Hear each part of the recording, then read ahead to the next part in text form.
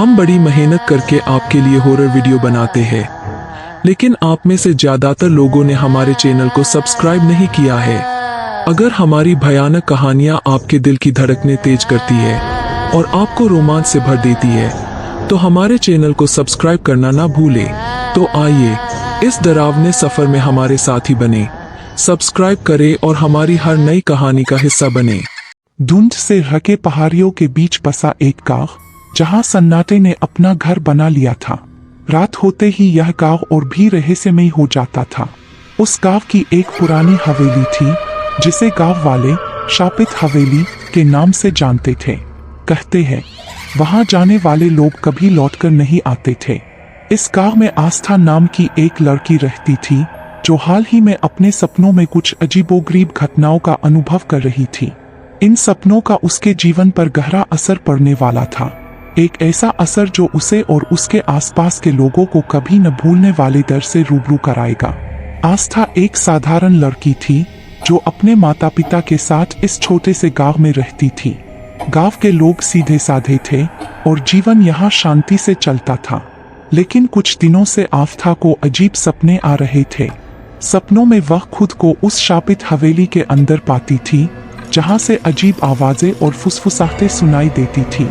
हर रात वह उस हवेली में किसी अनजान शक्ति के सामने होती, लेकिन जब भी वह उस शक्ति को पहचानने की कोशिश करती, उसकी आंख खुल जाती। आस्था ने इन सपनों के बारे में अपने माता पिता को बताया, लेकिन उन्होंने इसे उसकी कल्पना का खेल समझकर नजरअंदाज कर दिया। मगर आस्था का मन बेचैन रहने लगा। धीरे धीरे उसे यह एहसास होने लगा कि वह सपनों को अपनी मर्जी से बदल सकती है। उसने सोचा, यह तो एक अद्भुत शक्ति है, मैं अपने सपनों में जो चाहूं कर सकती हूँ। लेकिन उसे यह नहीं पता था कि यह शक्ति उसकी सबसे बड़ी दुश्मन बनने वाली है। एक रात आस्था ने अपने सपने में खुद को फिर से उस हवेली के सामने खड़ा पाया। इस बार उसने अपनी शक्ति का इस्तेमाल करते हुए हवेली के अंदर जाने का फैसला किया। हवेली के दरवाजे अपने आप खुल गए और वह अंदर दाखिल हो गई। अंदर का माहौल बेहद भयानक था। पुरानी दीवारों पर अजीब चित्र बने हुए थे, जिनमें से कुछ के चेहरे घिनौने थे। फर्श पर पड़े धूल और जाले इस बात का प्रमाण थे कि इस जगह पर कोई सदियों से नहीं आया था। लेकिन सबसे ज्यादा डरावनी बात थी हवेली के अंदर की खामोशी, जिसमें वह फुसफुसाहटें अब भी गूंज रही थी। अचानक उसे लगा कि उसके पीछे कोई खड़ा है। उसने पीछे मुड़कर देखा तो एक धुंधली परछाई उसकी ओर बढ़ रही थी। उस परछाई के चेहरे पर एक अजीब सी मुस्कान थी, मानो वह आस्था को अपनी ओर बुला रही हो। आस्था ने सोचा कि वह इस परछाई को अपनी शक्ति से हटा सकती है। उसने अपनी आंखें बंद की और अपनी पूरी शक्ति को उस परछाई को मिटाने में लगा दी। लेकिन जब उसने आंखें खोली तो परछाई और भी पास आ चुकी थी। उसकी मुस्कान और भी खौफनाक हो गई थी। आस्था को पहली बार एहसास हुआ कि उसकी शक्ति इस जगह पर काम नहीं कर रही है। वह बुरी तरह घबरा गई और भागने की कोशिश करने लगी, मगर उसके पैर जैसे जाम हो गए थे। तभी परछाई ने एक ठंडी आवाज में कहा, तुम्हारी शक्ति तुम्हारी नहीं, मेरी देन है।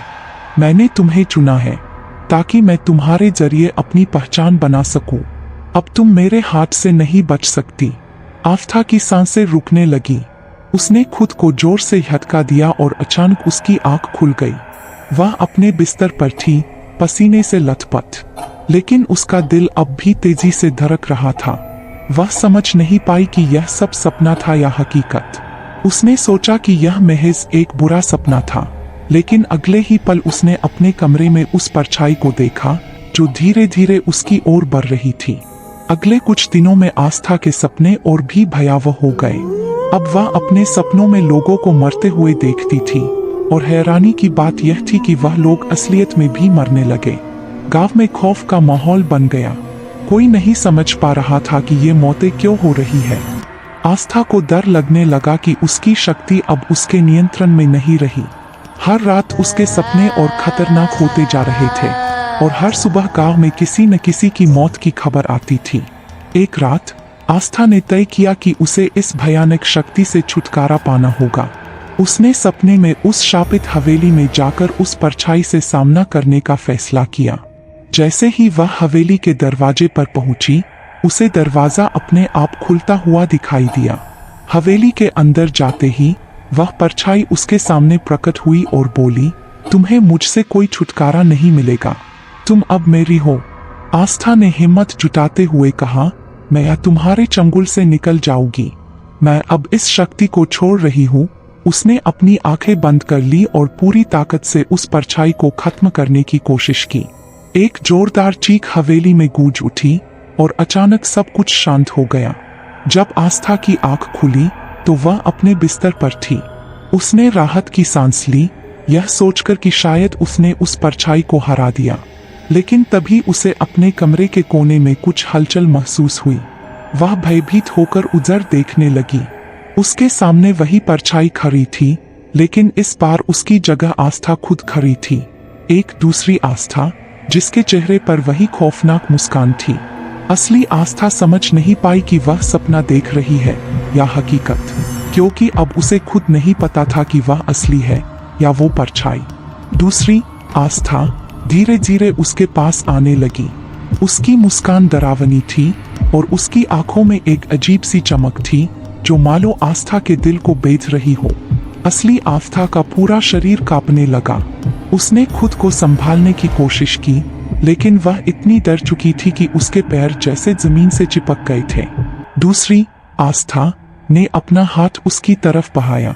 वह हाथ उसकी गर्दन की तरफ बढ़ रहा था, मानो उसकी सांसें रोकने के लिए तैयार हो। तुम कौन हो? आस्था ने कांपती आवाज में पूछा। दूसरी आस्था की मुस्कान और चौड़ी हो गई। मैं तुम्हारी ही परछाई हूँ, उसने धीमी और ठंडी आवाज में कहा। तुमने जो सपने देखे, जो शक्ति पाई, वह सब मेरे कारण ही है। अब तुम मुझसे अलग नहीं हो सकती। तुम्हारा अस्तित्व अब मेरे हाथ में है। आस्था ने हिम्मत जुटाई और जोर से चिल्लाते हुए अपने हाथों से उस परछाई को पीछे धकेलने की कोशिश की, लेकिन उसका हाथ परछाई के शरीर में होकर गुजर गया, जैसे वह एक धुआं हो। वह और भी डर गई। उसने कमरे से बाहर भागने की कोशिश की, लेकिन जैसे ही उसने दरवाजे का हैंडल पकड़ा, दरवाजा खुद ब खुद बंद हो गया। अब कमरे में सिर्फ आस्था और उसकी परछाई थी।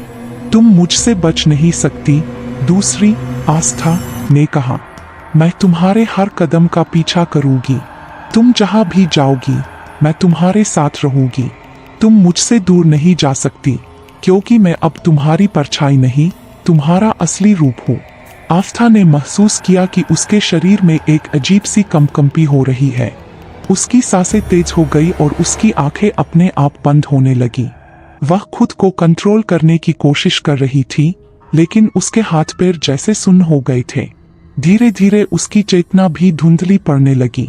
उसकी परछाई ने आखिरी बार उसकी आंखों में झांका और धीरे से बोली, अब तुम मेरे अंदर समा जाओगी। अचानक आस्था की आंखों के सामने सब कुछ काला हो गया और वह जमीन पर गिर पड़ी। उसके गिरते ही कमरे में एक गहरा सन्नाटा छा गया। परछाई धीरे धीरे गायब हो गई और कमरे की रोशनी वापस आ गई।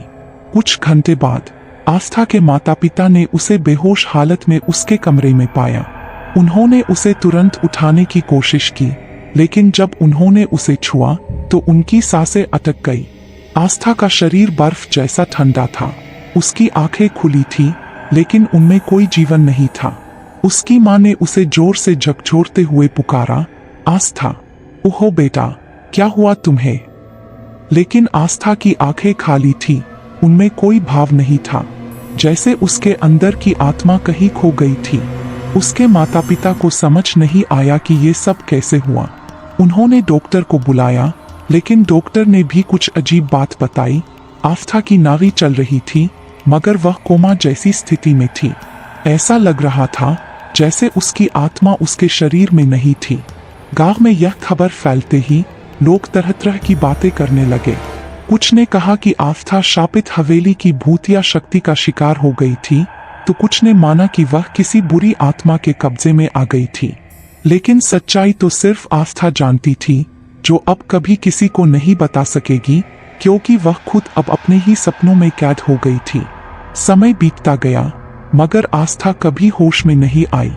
उसकी आंखें तो खुली थी, लेकिन उनमें न कोई चमक थी, न कोई जीवन। उसके माता पिता ने बहुत प्रयास किए, मगर वह कभी अपनी बेटी को वापस नहीं ला सके। गांव वालों ने धीरे धीरे इस बात को एक रहस्य के रूप में स्वीकार कर लिया, मगर उस दिन के बाद से कोई भी उस शापित हवेली के बारे में बात करने की हिम्मत नहीं करता था। आस्था का कमरा, जो कभी उसकी हंसी खुशी से गूंजता था, अब एक सन्नाटे का घर बन गया था। और जब भी उस कमरे के दरवाजे से गुजरते, लोगों को कभी कभी एक हल्की सी फुसफुसाहट सुनाई देती, मानो कोई उनकी ओर देख रहा हो, उन्हें बुला रहा हो, सपनों के उस भयानक जाल में फंसाने के लिए जिससे कोई कभी बाहर नहीं आ सकता।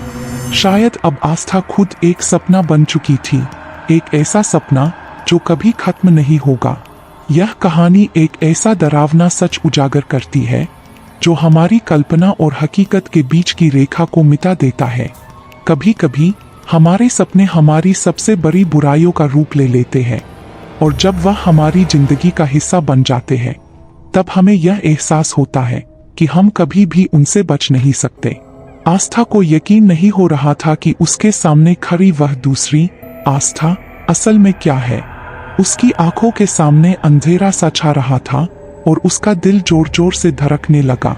वह समझ नहीं पा रही थी कि यह सब क्या हो रहा है। आखिर यह कैसे मुमकिन है कि वह खुद को देख रही है? क्या यह उसका ही कोई सपना है या फिर हकीकत? Subscribe Fear Fuse for more.